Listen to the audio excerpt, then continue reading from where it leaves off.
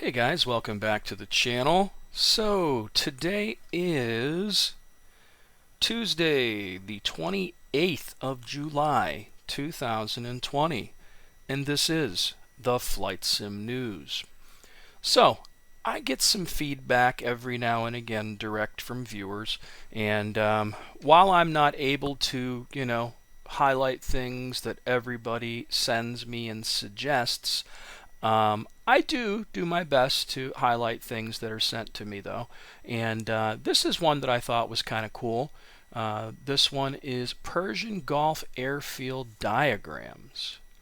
So if you have the Persian Gulf map and you want a little bit better view of the surrounding area, this guy has created a ton of maps for the Persian Gulf map airfields.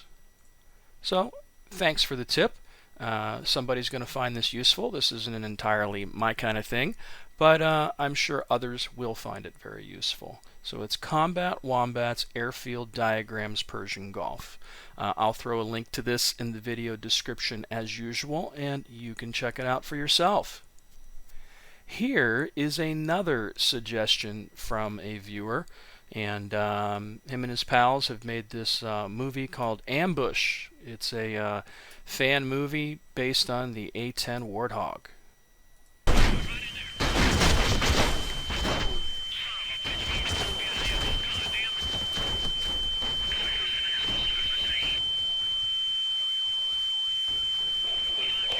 Magic, this is Fort Dagger.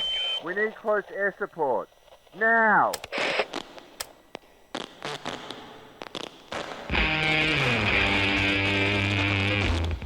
And it looks like help is on the way.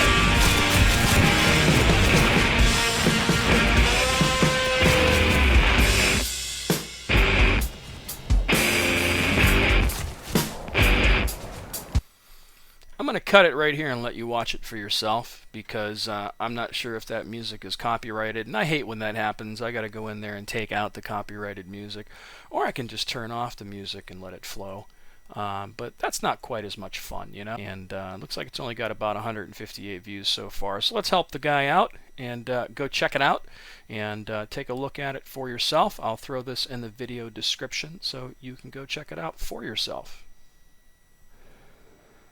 So Samurai 1-1 has put together a review of the CubeSim MFD Screens. These things look pretty cool. From ordering. This is well ahead of even FedEx's shipping estimate. That's pretty awesome. 6 days is pretty awesome considering they were sent from Hong Kong or somewhere in China. There were no instructions for installation of the device. Now keep in mind, these are little 7-inch USB screens that you can plug into DCS and BMS, Falcon BMS. However, these buttons that are around the edges are the Thrustmaster MFDs. If you follow the channel, you know that I fly with two main combat flight sims, BMS 4.34, which is based on Falcon 4.0, and DCS World. Of the two, getting them to work in BMS is easier. It's a dawdle, really. You can either use the built-in MFD extractor that comes with the configuration application that's native in BMS 4.34, or you can use a third-party software package that hooks the MFDs in SIM and spits them out to an external screen. These are some examples of this include Falcon MFD Extractor or YAML. I use Falcon MFD Extractor as I found that the native MFD extractor was having a really negative impact on my frames in-game. So I now use Falcon MFD Extractor as it's super simple to use. You just launch it, move the placeholders into your... So this is about 9 minutes and 26 seconds long. I'll throw a link in the video description so you can check it out for yourself. I saw these and I thought these would be pretty cool, but I also thought that setting something up like this in DCS would be a little bit of a headache. And it sounds like he was able to do it in BMS a lot easier than he was able to for DCS. So I think they're pretty cool looking. I've had my eye on these for a while, so I'm going to keep an eye on what other people are saying about these, and you might want to as well. I'll throw a link to this in the video description so you can check it out for yourself. So in DCS news, the weekend update the other day talked about the Viper Future Features Survey. You can go over there and put in your input as what you think is important. If you think the Maverick is important, if you think the HARM is more important, if you think the HARM targeting system is more important, complete lightning target pod, etc., etc., etc. And you can go over here and fill this out for yourself and give your input, and it may help them figure out where they're going to go with the Viper at this point. There's a development report as well, talking about all the different things they've done to the Viper. In addition, there's a new campaign called Serpent's Head 2 by Badger633. It's now available to download. I believe this is a paid campaign, so check that out if you're into it. And the awesome Hunters Over the Yalu campaign from Greg over at Reflected Simulations is now available on Steam. This has been available direct from the DCS web store for a while now, but it is a fantastic campaign, and it's definitely worth checking out if you're into the F-86 Sabre. Any campaign this guy does is really good stuff. So I'll throw a link to this entire article in the video description so you can check it out for yourself.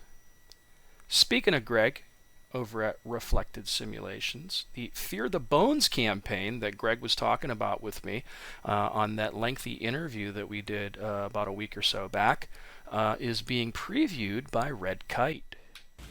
We're back in the Tomcat for a preview of Reflected Simulations' upcoming F-14 Tomcat campaign.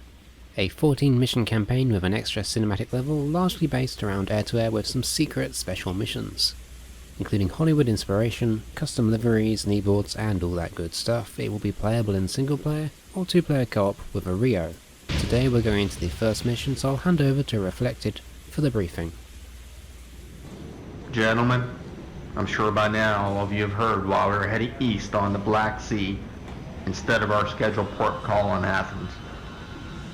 The USS Valley Forge had an accident 40 miles off the coast of the Soviet Union. Oh my god, this is so awesome.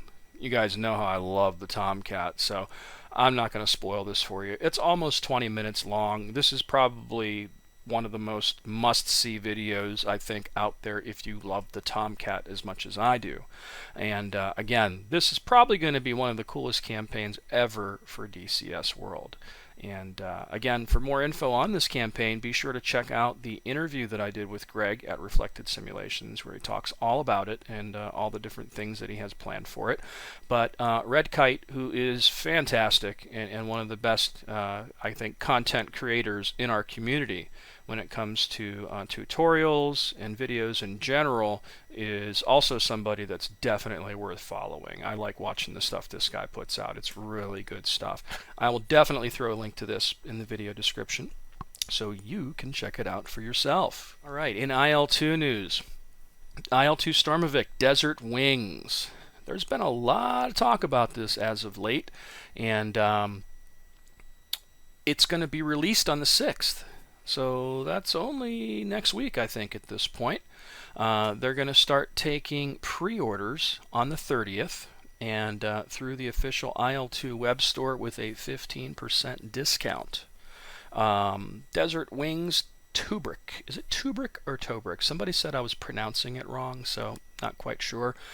This will require the base game, IL-2 Stormovic Cliffs of Dover Blitz Edition. So I just happened upon this the other day, and if you want to get a copy of this on Steam, Green Man Gaming looks to be selling this. They basically give you a key that you go over to Steam and you cash in with for $5. Steam has this on sale all the time as well. I picked this up for myself the first time, I want to say about 2 weeks ago, because I was going to do a preview of this, and I'm not sure if I'm going to be able to get the time in to get the preview done of this. I am looking at TOBRUK right now, and what I'm seeing is very impressive. Not a lot I can say about it without certain approvals and whatnot. But I will say this, the Cliffs of Dover Blitz Edition interface is really taking a lot for me to get used to, especially when I'm coming from Great Battles series. So it's really, really taken a lot for me to get used to. But there's a lot of things I'm seeing in Cliffs of Dover that I don't see in Great Battles that impresses me. Like there's the ability to maneuver and add some extra screens to the on-screen interface. The way they do the map, the way they let you manipulate stuff on the screen. And I also noticed that in Cliffs of Dover Blitz Edition, some of the planes actually do have some clickable items in the cockpit. Like I want to say there was some sort of flaps I could click in the cockpit. And these are things I haven't seen in Great Battles. And I really don't know why they wouldn't have taken something from the older version, which is Cliffs of Dover, that came before Great Battles, and used some of the features that were useful in that and ported that over into Great Battles. Unless I'm missing something in Great Battles, I do not recall ever being able to click anything in a cockpit in any of the Great Battles cockpits. But I do like that about the Cliffs of Dover Blitz Edition.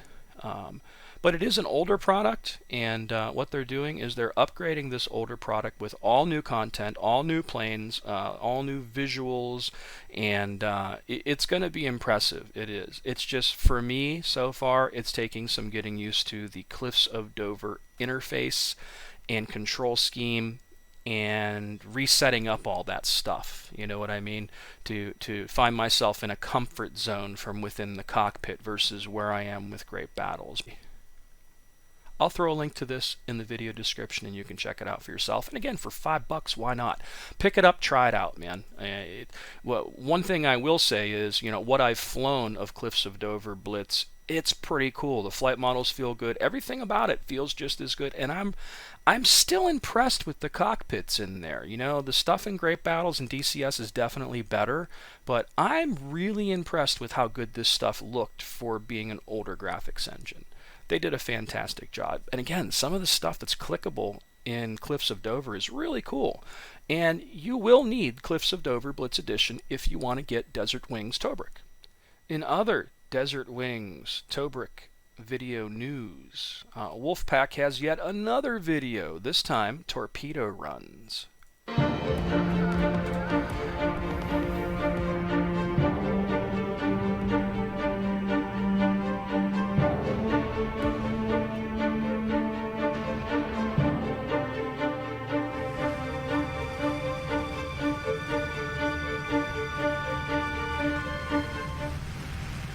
Oh, and she is hit. Nice. She is just engulfed in flames. So that was a mighty successful run. Not sure if my torpedoes got her, and the lead destroyer has been smashed as well, and she is going down. This is looking pretty exciting, guys. I'll throw a link to this in the video description so you can check it out for yourself. This one's about 8 minutes and 32 seconds long, and it's definitely going to be good fun. I think people are going to be pleasantly surprised by what they see in Desert Wings. So I think that is it for today, guys. I really can't think of anything else to talk about. I will say that, you know, it's been a little tough coming up with ideas for videos outside of the flight sim news at the moment. Things are just a little bit boring to me in general when it comes to IL-2 and DCS right now. I'm kind of looking forward to Microsoft Flight Simulator to do something different. I'm looking forward to Desert Wings, so I can make a bunch more videos of the various planes and locations that are in that once that goes live. The Syria map, I think it's just we're in this, like, you know, area right now where there hasn't been anything released for a month or so. You know, the channel, it was fun, but, you know, I'm kind of bored with that. The P-47, I'm getting better at that in DCS. The P-47 in Great Battles, I've had a lot of fun with that. But, you know, I think in general, I'm just burned out, man. It's summertime between work and then, you know, honestly, I've kind of been distracted, you know what I mean? I started collecting, you know, 3 3/4 inch G.I. Joes again, and that's been fun. I got a great woman in my life now. Everything's going really well with all my kids in general, who are all pretty much grown up. So it's just a different time. And then you've got the chaos of this crazy world right now and all the shit that's going on around us, you know. There's all this uncertainty, you know. I think I'm just kind of in a foggy position right now, you know, and trying to make the best of things. And the IL-2 stuff's been a lot of fun, though. I have to admit, I think I'm almost leaning towards, you know, the IL-2 products right now more than DCS because I'm burned out with it. And it's not just the, you know, the Eagle Dynamics people in general, but it's just the product, you know. It's like the F-14 campaign is probably going to pull me back in. The Syria map is going to pull me back in. I'm going to do some coverage of it, but even that, I'm just kind of bored with it. I wish VR was really... I was starting to... If you go back to my videos, I was really starting to enjoy VR in DCS, and it was a really reasonable performance, and it just went down the shitter, man. It really did. And their attitude went down the shitter, you know what I mean? They've changed some stuff recently, and because they've taken a lot of flack, but I think some of it's too late for a lot of people, too. You know, I saw an interview recently where Nick Gray was talking about, you know, it wasn't even an interview, it was that Samurai guy did a follow-up to Nick Gray responding to the video that Samurai did where he brought up some really good points, and Nick's like, yeah, we got to do better. Yeah, I think you got to do better a year ago, dude. You know, and especially with everything they've done, they've made so many things better, but then it's like every time they add something, they break 3 other things, you know? It's like the entire DCS platform is just such a crapshoot, you know what I mean? With every update, you've got to just clinch and go, is this going to work? You know, how much worse is my VR performance going to get? And this is why I really enjoy Track IR right now more than anything. I do. I don't even want to put that headset on anymore. Well, plus it's summertime and it's hot. That, you know, so you know, getting a headache from shitty performance and then sitting in a hot room, you know, at the same time, you know, is pretty tough. Because even with AC on, the thing gets hot around your face because those screens are going, you know. So I think it's just a culmination of things. And again, maybe I'm just burned out, you know. If you guys have any ideas or suggestions, please throw them my way. You know, I'm looking to do some different videos and things, but man, some days I just sit down and I open up the interface and I start to do something and I'm just like, maybe not today. And then the next day comes, maybe not today. So, kind of where I'm at with it. You know, I want to like things more, but I think Microsoft Flight Simulator, even though I'm more into the combat stuff, is going to be fun. The Syria map is going to be fun, and I think the Desert Wing stuff is going to be fun after I get more accustomed to the Cliffs of Dover interface. You know what I mean, and how the everything works, and once I've reset up all my cockpit controls to my HOTAS properly. I don't like change. I think that's the big thing for me. So I'm done rambling, guys. So I'm going to leave it at that. But just wanted to let you know where I was with things. And I think the other things, too, is I've been getting a little bit down because even when I have been putting out content, the views are really down right now. Like, things are just in the pits right now compared to what it was just a month ago. So it's almost like, you know, some days I feel like I'm fighting a losing battle here. You know what I mean? I feel that people really enjoy the flight sim news, but not much else, you know. So that's it for now, guys. As always, thanks so much for watching. Please subscribe to the channel. Feel free to hit that like button. And until next time, guys.